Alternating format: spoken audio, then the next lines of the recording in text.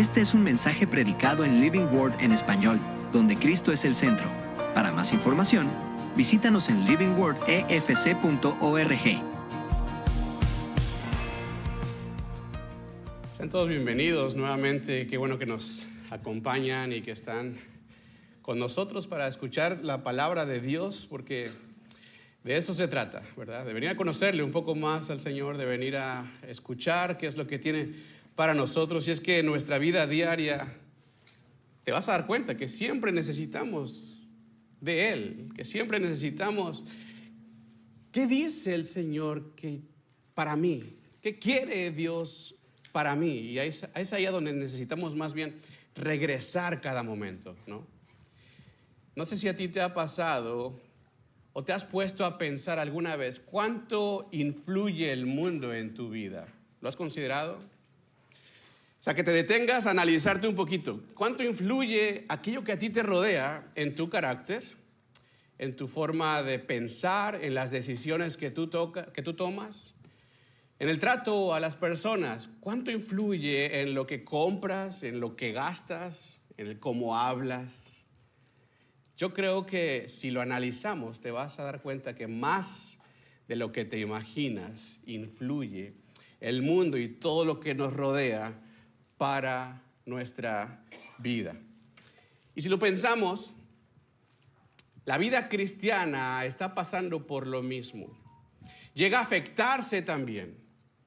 Todo lo que está rodeando llega a dañar, incluso a la iglesia. Ya encontramos iglesias que están más bien enfocadas, influenciadas por lo que los rodea. Y lo que está empezando a suceder con la iglesia, ¿sabes qué es? Que está empezando a dejar de alumbrar como debería de alumbrar. La iglesia está empezando a dejar de transmitir la luz que debería de transmitir.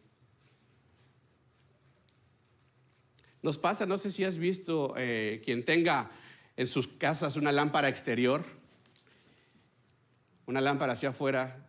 Con el paso del tiempo, con la intemperie, el viento, las lluvias, la humedad, los bichos, ¿verdad? El sol, el polvo, y aquí en el valle más polvo y más polvo. Al paso del tiempo, ¿cómo se pone esa lámpara? Se oscurece, se pone opaca, ¿verdad? Y ¿sabes qué? Empieza a dejar de dar la luz que merece, que tiene que dar. Así nos pasa muchas veces, y así le pasa a la iglesia. Ya no alumbra como debería. ¿Por qué? Porque está lleno o rodeado o influenciado por todo lo que está afuera. ¿Qué necesitamos entonces? El apóstol Pablo, en esta situación que está pasando la iglesia, hace un llamado más bien a que todo creyente busque permanecer limpio, a mantenerse limpios, teniendo sumo cuidado, estando alertas de todo lo que está alrededor, observando constantemente. Si tú buscas en tu Biblia, por favor, Efesios capítulo 5, esto que acabamos de leer hace un momento.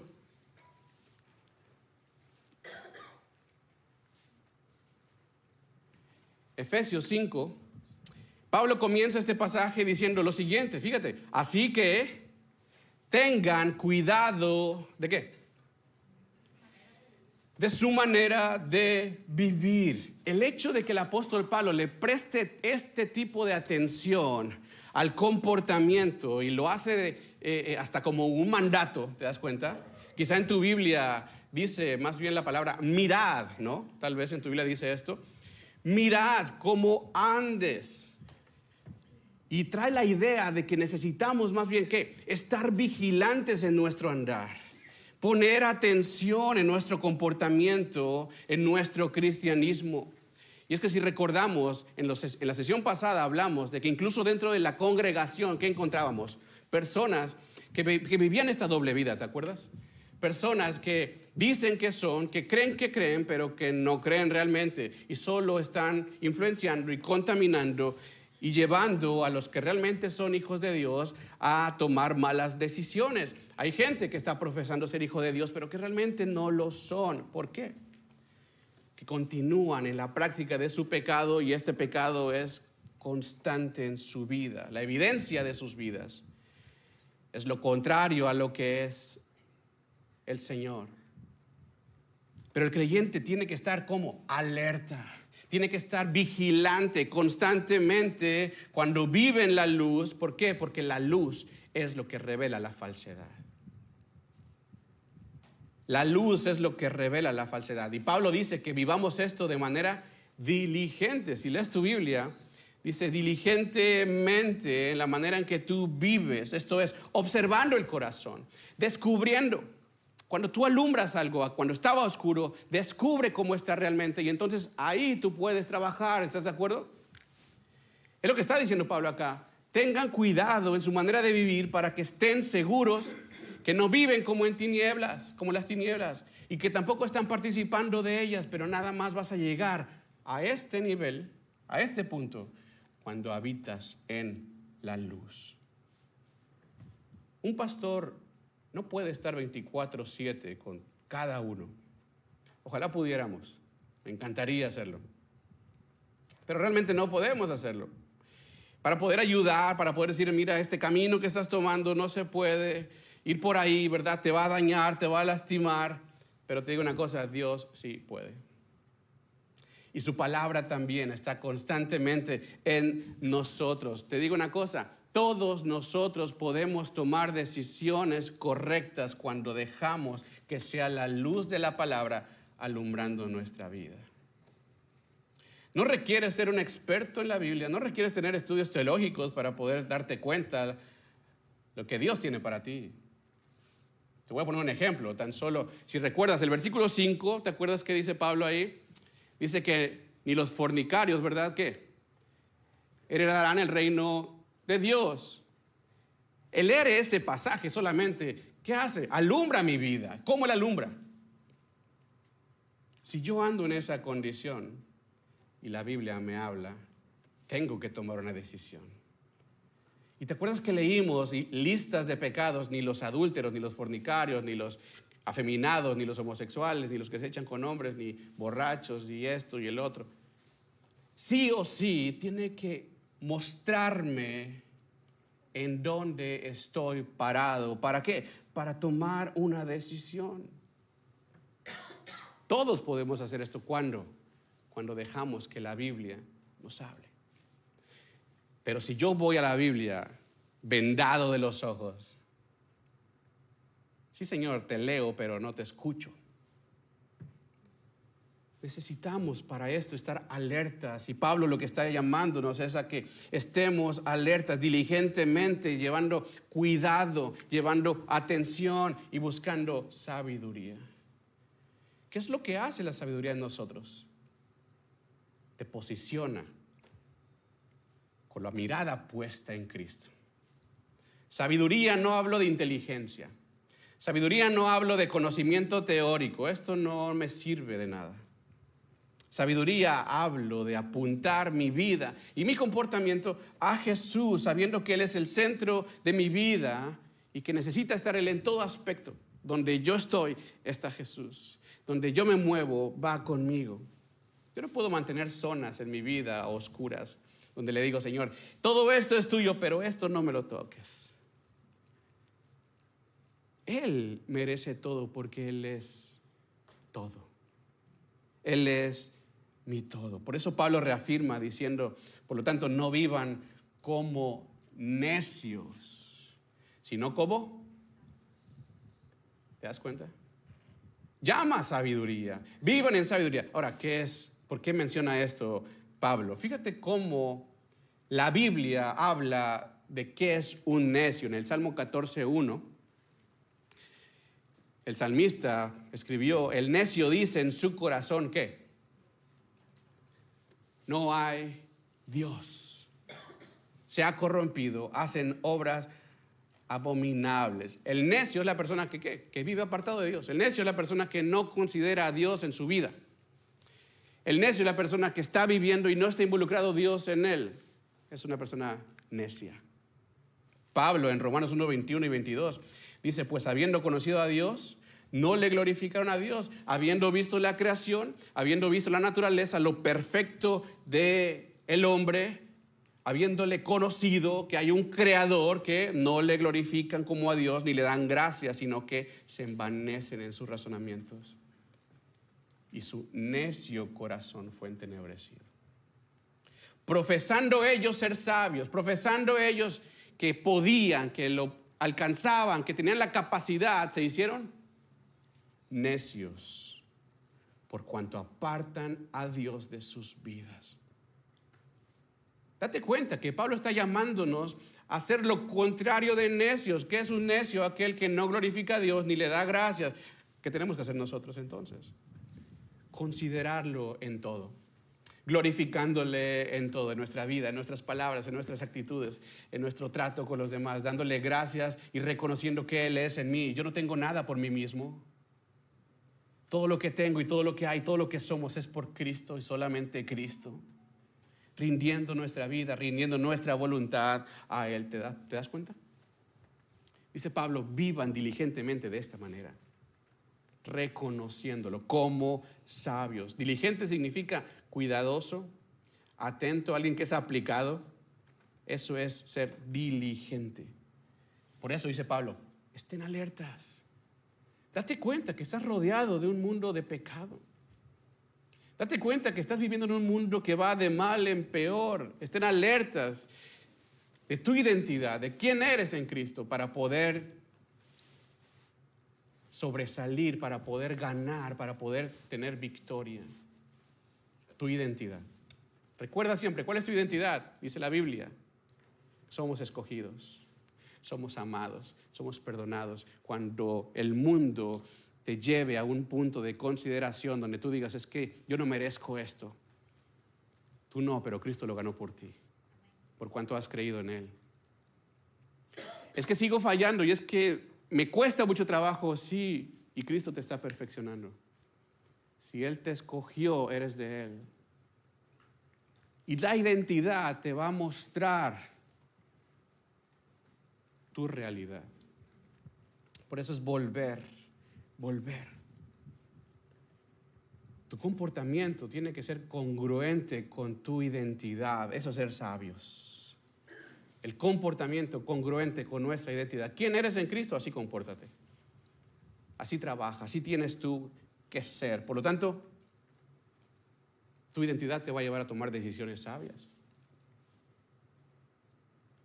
Tu identidad te va a llevar a tomar decisiones sabias. ¿Cómo es esto? Decisiones basadas en la palabra de Dios. No en el yo creo, no en el yo pienso, en su palabra y para gloria de Él.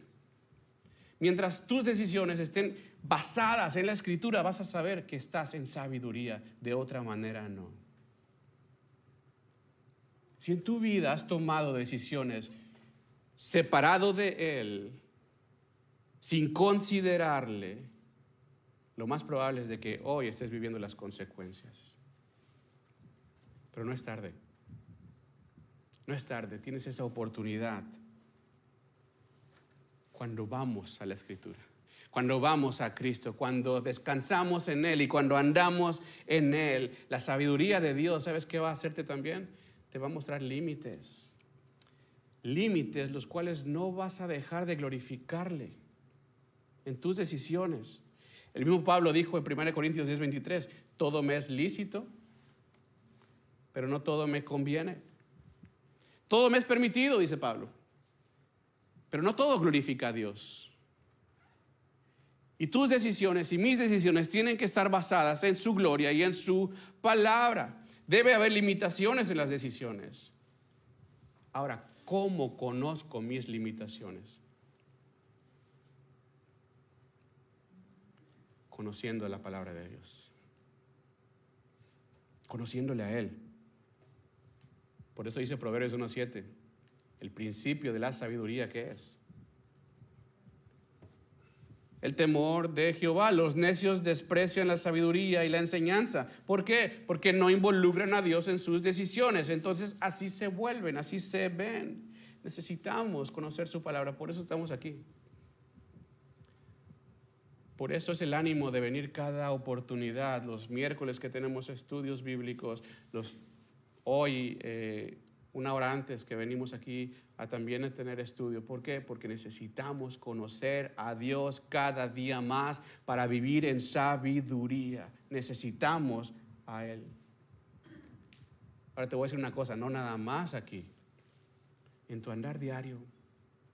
Involucra a Dios en tu vida, búscale más, conócele más, siempre buscar qué quiere Dios para mí. La meta es vivir como sabios, no como necios. Y para eso necesitas involucrar a Dios en tu vida. La verdad de las cosas es que es difícil. Se oye fácil, se oye bonito y sí, pastor, gloria a Dios, voy a empezar a hacerlo, pero la realidad es de que es complicado tomar decisiones sabias. ¿Por qué? No te olvides, vives en un mundo de maldad. Vives en un mundo complicado, de pecado, de perversión, que constantemente influye en tu vida. Te rodea el pecado e incluso, como vimos la sesión pasada, dentro de la iglesia, dentro de la congregación encontramos maldad, por lo cual Pablo está insistente en que no des ningún espacio a la necedad. No puedes quedarte tú de brazos cruzados y ver qué pasa. Voy a esperar aquí, Señor, y hasta que tú regreses por tu iglesia. Necesitamos ser intencionales. Por eso dice el versículo 16, aprovechen bien el tiempo. ¿Por qué? Porque los días son malos. Aprovechen bien el tiempo, dice Pablo. No den espacio a nada. La necedad, el vivir como necios lleva a muerte y el vivir como sabios lleva a vida. Y es interesante que Pablo exhorta al creyente sabio ¿a qué? A que aproveche bien el tiempo. ¿Por qué? Porque la vida está hecha de tiempo. Y si te pones a pensar a dónde va tu tiempo, es a dónde va tu vida. Entonces considera, hasta el día de hoy, ¿con cuánta sabiduría has llevado tu vida? ¿En dónde estás? Pregúntate, ¿a dónde he dirigido mi vida? ¿Y cuáles son las circunstancias que estoy yo viviendo hoy? Porque ahí te vas a dar cuenta si has vivido como sabio o como necio. ¿A dónde has dirigido tu vida? Recuerda que el necio dice en su corazón, no hay Dios. Entonces, ¿qué quiere decir esto? Que si en mi tiempo no involucro a Dios, si en mi día no aparece Dios por ningún lado, ¿qué estoy siendo? Necio. Pero si en mi tiempo, en mis decisiones, en mi pensar, en mi rutina, en mi día está involucrado Dios y le doy prioridad, estoy caminando en sabiduría. Déjame decirte una cosa. Yo sé que la condición de muchos, y no es que de todos, es de súper ocupados. La verdad es que vivimos así, ¿no? En el día no encontramos tiempo para nada. Y decimos, es que no tengo tiempo. Mucho menos tengo tiempo para Dios. ¿Qué necesitamos hacer en este caso? Porque sabemos, y si yo te pregunto, ¿dónde está Dios en tu vida? Tú me vas a decir, Él es prioridad, pastor. Dios es el primer lugar en mi vida. Pero en las acciones, pero en el día a día, ¿dónde está Él ubicado? Me recuerdo una hermana, una ocasión, hace muchos años. Estábamos hablando del tema del diezmo. Ella nos decía, es que no me alcanza. Llega al final del mes, pastor, y no me alcanza. No me queda, ya no puedo darlo por eso. Y muchas veces así somos nosotros. Llega al final del día y decimos, no me alcanza, Señor. Por más que quiero darte tiempo, no me queda tiempo, no me alcanza. Por eso dice Pablo esto, aprovechen bien el tiempo. ¿Sabes tú? Esta palabra aprovechar literalmente significa rescatar. Rescaten bien el tiempo. Y esto tiene sentido porque ahora el tiempo necesita ser rescatado de nosotros mismos, ¿te das cuenta? Necesitamos rescatarlo de mí mismo. Si lo piensas, muchos llegamos a justificarnos y decimos, es que no puedo, aunque quiera no puedo. Y el problema de esto, ¿sabes cuál es? Que queremos darle a Dios lo que nos sobra. Queremos darle al Señor aquello que sobra y decimos, si me sobra tiempo, voy a buscar a Dios. Pero te digo una cosa, a nadie le sobra tiempo realmente. ¿A quién le sobra tiempo? Que diga, pastor, mira, yo estoy en mi casa rascándome el ombligo y no hago nada.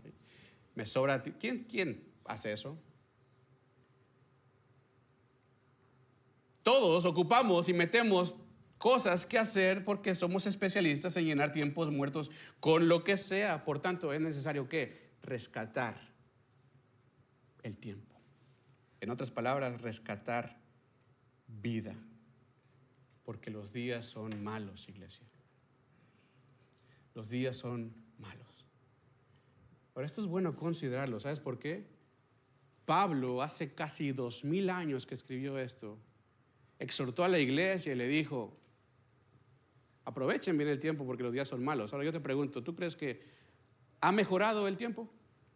¿Ha mejorado el mundo de allá para acá?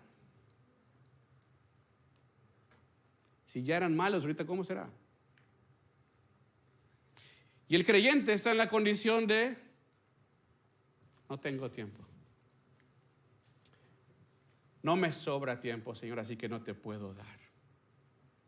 Vemos la sociedad contraria a Dios, las personas tomando decisiones sin ningún temor reverente, las familias hundidas en problemas, en pecados, en maldad, y tú y yo afanados diciendo, no me queda tiempo para Dios. Sabemos que los días son malos y aún así no somos intencionales en estar más arraigados en Cristo, en su palabra, conociéndole. Observa el mundo. ¿Tú crees que va a ser mejor mañana?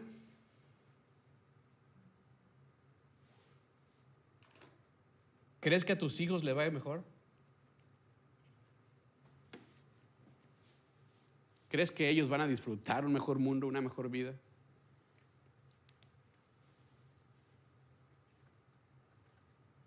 ¿Qué les estás enseñando? Tal vez tú no puedas dejarles un mundo mejor, pero sí puedes dejarles una vida mejor. Que ellos aprendan a considerar a Cristo en sus vidas. Eso sí se puede. El mundo no va a mejorar, los días son malos. Nosotros estamos enseñando a nuestros hijos más bien a desperdiciar vida, ¿te das cuenta? Observa a tu alrededor, por favor, y date cuenta, no puedes seguir desperdiciando la vida. Si esperas tener tiempo para dárselo a Dios, nunca vas a lograrlo. Cuando tenga tiempo, Señor, necesita ser intencional y apartar el tiempo desde el principio para darle lo que se merece a Dios. Y es lo que le dijimos a la hermana ese día. Hermana, cuando reciba su cheque,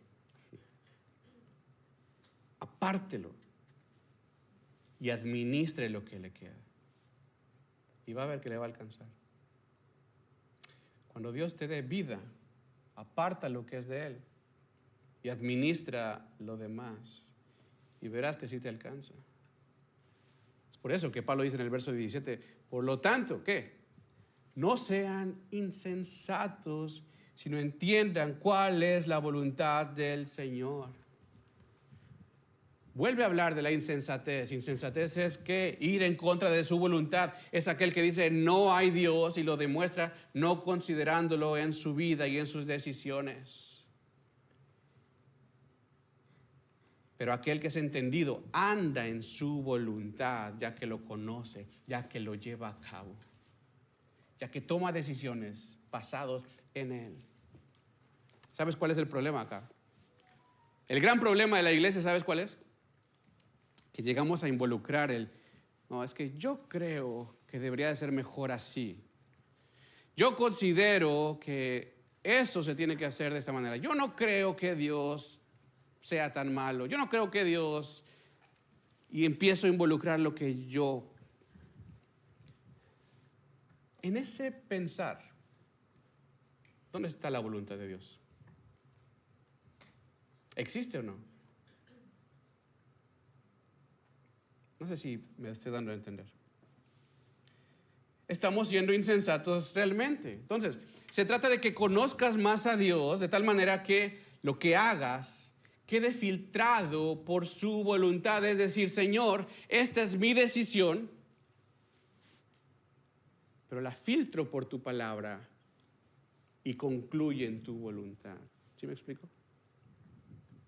Toda decisión filtrada para buscar y encontrar y entender y andar en su voluntad. Señor, esta es mi decisión, pero la filtro en tu palabra y concluye tu voluntad. Se trata de eso.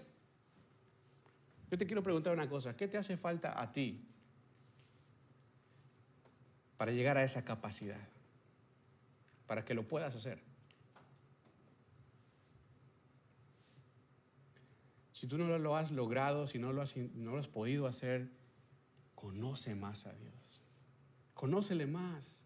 Acércate más a la Escritura. Ahí es donde vas a encontrar su voluntad. No en otro lado. No en el pastor, no en el de la tele, no en el artista, no en sueños, visiones, revelaciones. No vas a encontrar ahí la voluntad de Dios. Solamente en su palabra, nada más ahí. Solamente en la Escritura. Así tiene que ser nuestra vida cristiana, racional, conforme a la palabra. En todo lo que hacemos. Y todo lo que hacemos acá, como iglesia, igualmente sea filtrado en su palabra. Fíjate, algo bien interesante. En aquel tiempo, la cultura de los efesios y los que les rodeaba ahí en ese pueblo, tenían prácticas religiosas, las cuales ellos creían que los acercaban más a Dios. ¿Sí?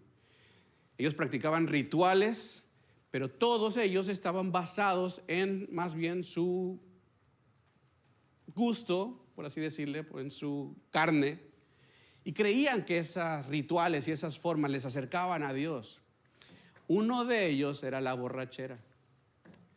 Interesante, porque ellos decían, no, entre más ebrios estemos, más cerca de Dios podemos llegar. Porque dejo el control de mi cuerpo y ahora me controlan los espíritus y me acercan a Dios. Qué conveniente, ¿verdad? ¿Dónde se ve ahí la voluntad de Dios en esa práctica?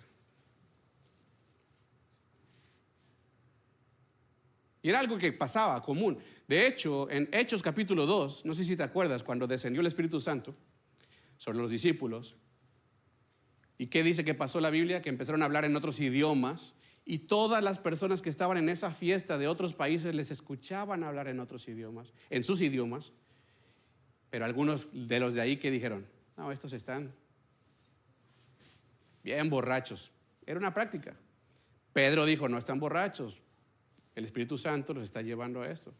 Pero era común para ellos, ¿te das cuenta? Era algo ya religioso. Estaban hablando las cosas de Dios en otros idiomas y lo relacionan a está borracho.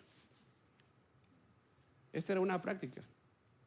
Había otra, de hecho, que decían, que practicaban ellos para purificarse, que era tener relaciones todos contra todos. Y hacían fiestas de días teniendo relaciones porque eso los purificaba más para estar más cerca de sus dioses. Dime, ¿dónde se ve la voluntad de Dios en esas decisiones? ¿Dónde se ve lo que Dios ha dejado en la Escritura en esas decisiones? En esas prácticas. Es por eso que Pablo dice que el ser entendidos de la voluntad de Dios no puede continuar el yo creo. Cuando nos decimos entendidos de la voluntad de Dios, no puedo yo continuar, es que pastor, es que eso, yo creo que eso que hace está mal. Yo creo y yo pienso, no podemos seguir con prácticas descontroladas. El verso 18, por eso Pablo mete esto y dice, no se emborrachen con vino en lo cual hay desenfreno. ¿Te das cuenta? Era la misma práctica que ellos creían que era correcta y buscaban a Dios a través de la embriaguez. El desenfreno también significa descontrol y libertinaje. Dime si Dios es un Dios de descontrol y de libertinaje. Obvio no. Ahora pudiéramos pensar, pero nosotros no nos emborrachamos, la mayoría, para buscar a Dios. Pero sí vemos dentro de muchas iglesias prácticas descontroladas que piensan que los acercan a Dios. Personas gritando, rodando, corriendo descontroladamente, pensando que les acerca a Dios, ¿te das cuenta? Pero aquí no lo hacemos. ¿Qué sí podemos ver en muchos de nosotros que pueda ser una práctica que no involucra la voluntad de Dios? Mira, cualquier cosa que hagamos con un corazón mal ubicado. Por ejemplo, hay quienes ofrendan o diezman, ¿para qué? Para ser prosperados, ¿no? Y Señor, yo te doy para que tú me des. O hay quienes vienen a la iglesia para que les dé el trabajo que está buscando el Señor. Y yo vengo porque sé que ahí Dios me va a dar un trabajo, va a arreglar a mi familia, va a arreglar a mis hijos. Dime si ese corazón está bien ubicado o no. Eso no es alguien entendido de su voluntad. Cualquier cosa que hagamos con el corazón mal posicionado viene a ser alguien insensato. Yo por eso siempre les animo a que se pregunten cada día, en cada acción, ¿por qué hago lo que hago? ¿Por qué vengo a la iglesia? ¿Con qué corazón vienes? ¿Por qué das cuando das? ¿Por qué tratas de esa manera a las personas? ¿Cuál es la actitud del corazón?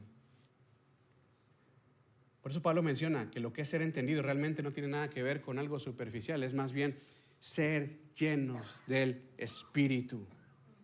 Ser entendido es ser llenos del Espíritu. ¿Qué es ser lleno del Espíritu? ¿Cómo se ve a alguien lleno del Espíritu? Precisamente, alguien que vive el entendimiento de la voluntad de Dios. Eso es ser lleno del Espíritu.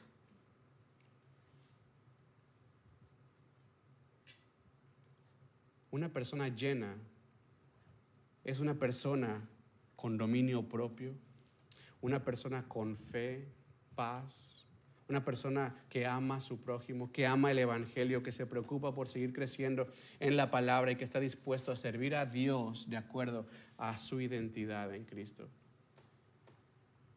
No tiene que ver con ningún éxtasis, no tiene que ver con manifestaciones emocionales. Pablo explica lo que es ser lleno en los versos 19 en adelante, donde dice: vivan la llenura, ¿cómo? Animándose unos a otros con salmos, himnos, cantos espirituales. Den siempre gracias a Dios Padre por todo en el nombre de nuestro Señor Jesucristo. Sométanse unos a otros en el Señor. Ser llenos del Espíritu no es hablar en lengua angelical,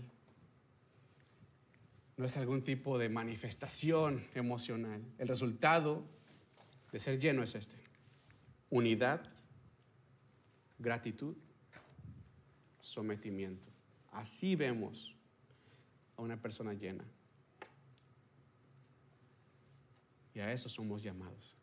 Sean llenos, dice Pablo. ¿Cuánto nos falta para llegar a esto?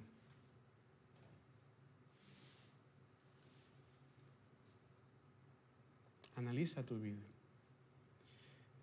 Ninguno de nosotros va a poder llegar a esta llenura del Espíritu si no somos entendidos de su voluntad, si no conocemos su palabra, si no entendemos nuestro llamado. Pablo está haciendo esto con urgencia.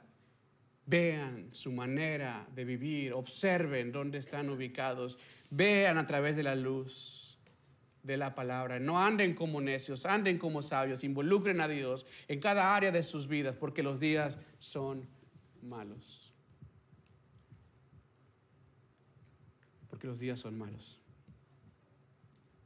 Iglesia, toma esta oportunidad. Y si necesitas reconocer que has vivido de manera necia, tráelo delante de Dios. Dile: Señor, la verdad es de que no le he dado lo que merece a tu palabra, no le he puesto el empeño, el tiempo que merece estar cerca de ti. Tráelo delante de Dios. Si has sido insensato en tus decisiones, ¿sabes qué? Aún estás a tiempo. Gloria a Dios porque hoy estás acá. Toma la oportunidad. Y comienza por conocer cada día más y más su voluntad, la cual es agradable y perfecta. Este fue un mensaje predicado en Living Word en español, donde Cristo es el centro. Para más información, visítanos en livingwordefc.org.